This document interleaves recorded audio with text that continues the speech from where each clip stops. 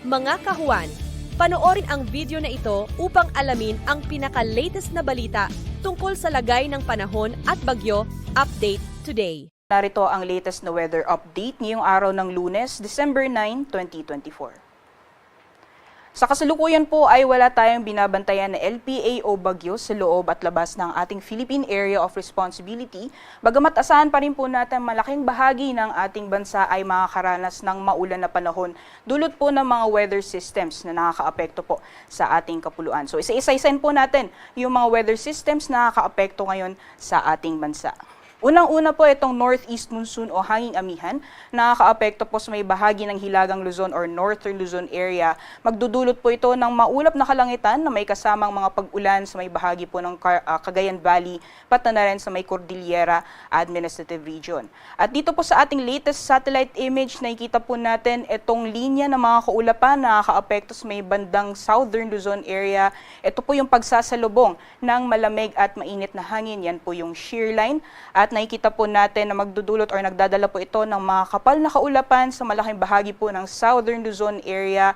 Kaya asahan po natin ang maulan na panahon sa malaking bahagi po ng Katimugang Luzon.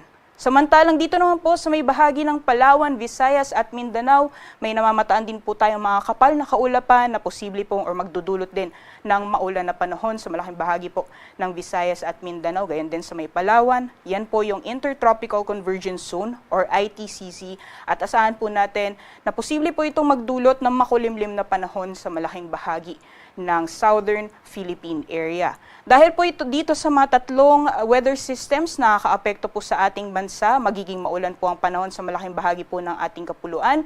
Sa mga susunod na araw, itong shear line po ay posible pa rin pong magdulot ng maulan na panahon. So bukas po, maaaring mas maraming lugar pa ang makakaranas ng maulan na panahon, dulot naman ng epekto ng shear line. Meanwhile, bukas ay posible pa rin pong magpatuloy yung epekto ng Intertropical Convergence Zone sa may bahagi ng Visayas at Mindanao, ngunit mas mababawasan po yung mga areas na makakaranas ng maulan na panahon. Sa ngayon po, ito yung ating latest na weather advisory as of 5 a.m. So babala po ito ng mga posibilidad na malalakas na buhos ng ulan sa susunod na 24 oras.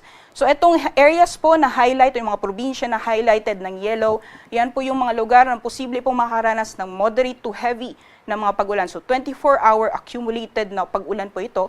So maaaring umabot po ng 100 millimeters yung mga pag-ulan na mararanasan sa susunod na 24 oras. Particularly po sa mga probinsya ng Aurora, dito po sa Quezon, ganyan din sa Camarines Provinces, sa may Catanduanes, Albay, Sorsogon, Northern Samar at Eastern Samar, gayon din sa may Dinagat Islands, pati na rin sa Marinduque at Oriental Mindoro, as well as dito po sa may Palawan. So yung mga nabanggit po natin na lugar, for the next 24 hours, maaring malalakas po yung mga pagbuhos ng ulan na mararanasan po natin. Highly susceptible po yung mga areas na nasa low-lying areas or yung malalapit po sa mga ilog, posible po yung mga pagbaha, as well as yung mga pagguho ng lupa, lalong-lalo na po sa mga highly susceptible na areas. So, doble ingat po sa ating mga kabayan dito po sa mga nabanggit na lugar ngayong araw po ito.